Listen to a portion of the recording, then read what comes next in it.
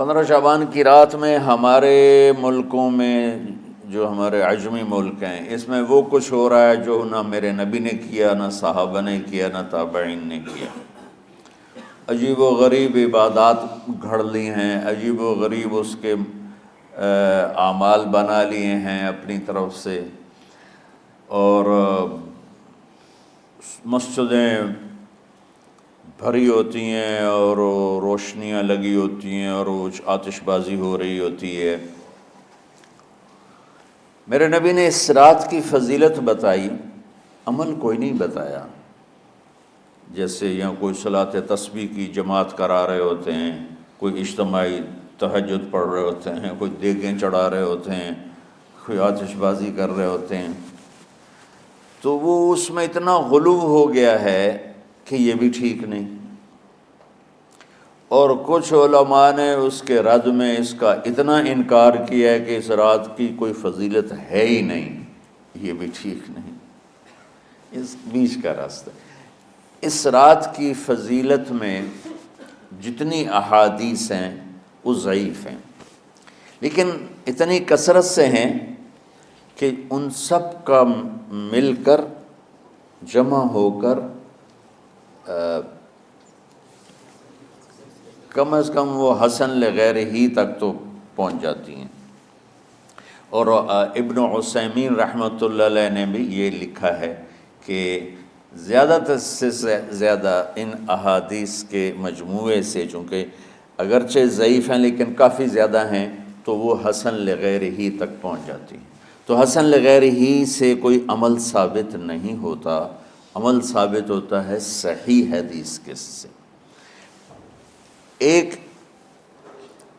احادیث کی کثرت سے روایات، اور ایک امت کا عمل، کہ امت کا بہت بڑا طبقہ صدیوں سے اس رات کا اہتمام کر رہا ہے، لیکن کچھ عرصہ پہلے تک اہتمام تھا دن میں روزہ رکھنا، رات کو کوئی نوافل پڑھ لینا، کوئی دو چار زیادہ پڑھ لینا، لیکن اب یہ ڈھول تماشے جو اب شروع ہوا ہے اس کا تو کوئی وجود ہی کوئی نہیں ہے۔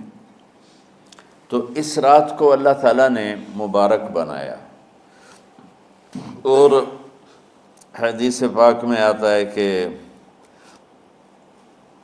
اللہ تعالیٰ اس رات میں ساری دنیا کے لوگوں کی بخشش فرماتا ہے سوائے 5 آدمیوں کے، 5 کے سوا سب اہل ایمان کی بخشش ہو جاتی۔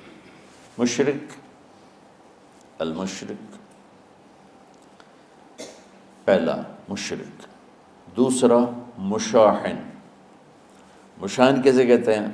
دل میں بغض رکھنے والا، کینہ رکھنے والا۔ تیسرا مسبل ازارہ، اپنے پاجامے شلوار چادر کو ٹخنوں سے نیچے تک لے جانے والا، لیکن ایک شرط کے ساتھ کہ وہ تکبر کی وجہ سے ہو، سستی کی وجہ سے ہے، غفلت کی وجہ سے ہے۔ چونکہ جب آپ نے ایک مرتبہ اس کے بارے میں بات کی تو حضرت ابوبکر صدیق نے کہا یا رسول اللہ، میری چادر، عرب چادر باندھتے تھے جیسے ہمارے پنجاب کا لباس چادر تھا، اب وہ کم ہو گئے، ہماری تو بزرگ عورتیں بھی اور مرد بھی سب چادر باندھتے تھے، شلوار کا تو کسی کو پتہ ہی نہیں ہوتا تھا ہمارے بچپن میں۔ یہ تو پھر آہستہ آہستہ جب تعلیم آئی تو شلوار دیہاتوں میں بھی اور شہروں میں عام ہو گئی۔ تو اگر وہ اس لیے لٹکا رہا ہے کہ طبیعت میں تکبر ہے، پھر اس وعید کا وہ حقدار ہے۔ اگر ویسے اس کی نیچے جا رہی ہے تو میرا مالک ایسا، وہ تو ہے ہی رحیم و کریم، ہے ہی رحیم و کریم، ہے ہی رحیم و کریم، صرف شلوار نیچے لٹکانے سے وہ اتنی شدید سزا دے۔ اگر اس کے پیچھے تکبر ہے، پھر ہے، یہ تکبر نہیں ہے تو انشاءاللہ وہ اس سے محفوظ ہوگا۔ تو اپنی چادر کو لٹکانے والا، لیکن بشرط تکبر۔ کتنے ہو گئے؟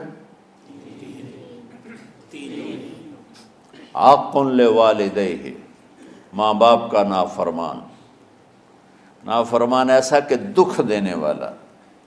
چھوٹی موٹی اونچ نیچ تو ہر بچے سے ہو جاتی ہے، نہیں، جن نے والدین کو ٹکڑے ٹکڑے کر دیا ہو اور ان کو دکھ دے دے دے دے کے ان کا سینہ چیر دیا ہو، چونکہ آپ کہتے ہیں پرزے پرزے کرنا کسی چیز کو، تو اپنے دکھ دے کر اپنی بدتمیزی کے ساتھ اس نے ماں باپ کا دل زخمی کر دیا ہو، ایک یہ نہیں معاف ہوتا. پانچواں، مدمن خمر، مسلسل شراب پینے والا، مستقل جو شراب کا عادی ہو. ان پانچ کو مؤخر کر دیا جاتا ہے. معافی نہیں ہونے کا مطلب یہ نہیں کہ اللہ تعالیٰ کبھی معاف نہیں کرے گا. معافی نہ ہونے کا مطلب یہ ہے کہ یہ پانچ ایسے گناہ ہیں کہ اس کی وجہ سے بخشش رک جاتی ہے. اگر وہ شرک سے نکل آئے، وہ کینہ سے نکل آئے، وہ تکبر سے نکل آئے، وہ والدین کی نافرمانی سے نکل آئے، شراب چھوڑ دے، تو ان کی بھی بخشش ہو جاتی. جب کوئی توبہ کرے گا فوراً بخشش ہو جائے گی. نہ 15 شعبان کی ضرورت ہے، نہ لیلۃ القدر کی ضرورت ہے، نہ بیت اللہ جانے کے ساتھ توبہ کی شرط ہے. جہاں بھی وہ بیٹھ کے توبہ کرے گا، جس لمحے میں کرے گا، اسی وقت اس کی توبہ قبول ہوگی اور اللہ اس کے پچھلے سارے گناہوں کو معاف فرما دے گا.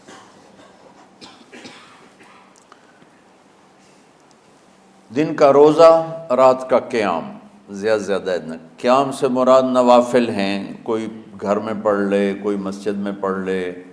نوافل، نفلی عبادات گھر میں ہی افضل ہوتی ہیں. میرے نبی سنتیں ہمیشہ گھر سے پڑھ کے آتے تھے. تہجد اپنے گھر میں پڑھتے تھے، مسجد میں نہیں پڑھتے تھے. سوائے اعتکاف کے آپ اپنے نوافل سنتیں سب گھر میں پڑھتے تھے اور مسجد میں صرف فرض آ کے ادا فرماتے تھے. اور اس کے بعد بیٹھنا ہوتا تھا تو بیٹھ جاتے تھے، اٹھنا ہوتا تھا تو اٹھ جاتے تھے. تو اعتدال اللہ کو ہر چیز میں پسند ہے. دنیا جو مختصر ہے اس میں کیسے پسند نہیں ہوگا؟ آخرت جیسے معاملے میں بھی اللہ ہم سے کہہ رہا ہے اعتدال، امتن وسطا. ایسے عیسائیوں کی طرح ترک دنیا بھی نہ کرو، یہودیوں کی طرح دنیا کے پیچھے نہ پڑ جاؤ. رزق کے حلال بھی کماؤ، اپنے بچوں کو بھی دیکھو، اپنے فرائض کو بھی دیکھو جو دنیاوی ہیں، اور اللہ سے بھی اپنا معاملہ ٹھیک کرو اور درست کرو. بعد کے زمانے میں صحابہ کے بعد سے ہی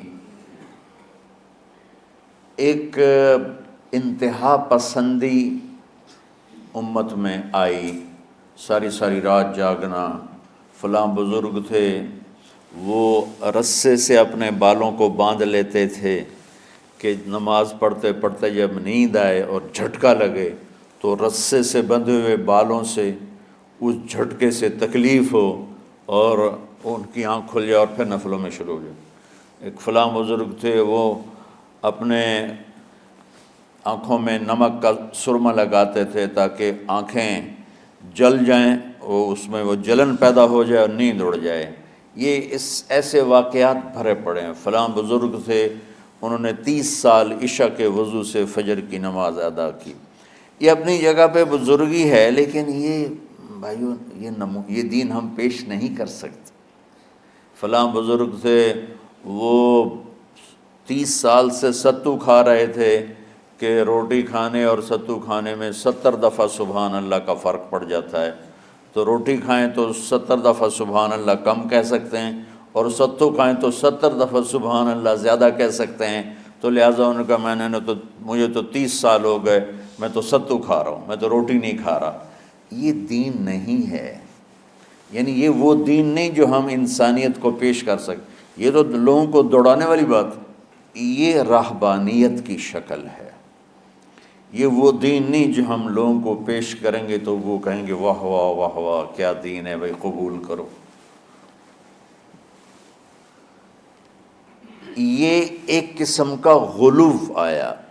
میں ایک حدیث سناتا ہوں، بخاری شریف میں بھی ہے، مجھے اب ہر شے بھول گئی، لیکن وہ ہے نہی الغلو، اس طرح کر کے آپ لوگ زیادہ جانتے ہوں گے جو پڑھ رہے ہیں کہ غلو سے نہیں۔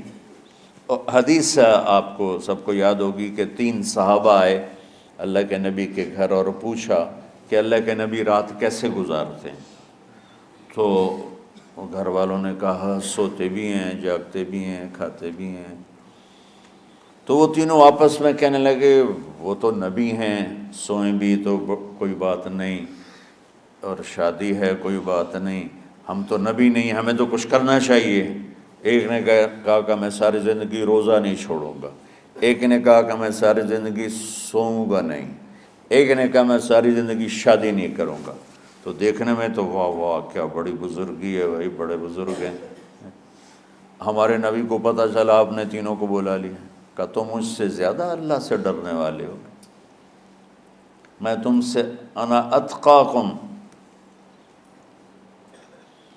یا اخشاکم، الفاظ آپ لوگ کو زیادہ یاد ہوں گے لیکن مفہوم میں صحیح پیش کر رہا ہوں۔ آپ نے کہا میں تم سے زیادہ اللہ کو جانتا ہوں، تم سے زیادہ اللہ سے ڈرتا ہوں، میں سوتا بھی ہوں، میں کھاتا بھی ہوں، میں روزے بھی رکھتا ہوں، میں چھوڑ بھی دیتا ہوں، میری بیویاں بھی ہیں، میں اپنی بیویوں کے پاس بھی جاتا ہوں۔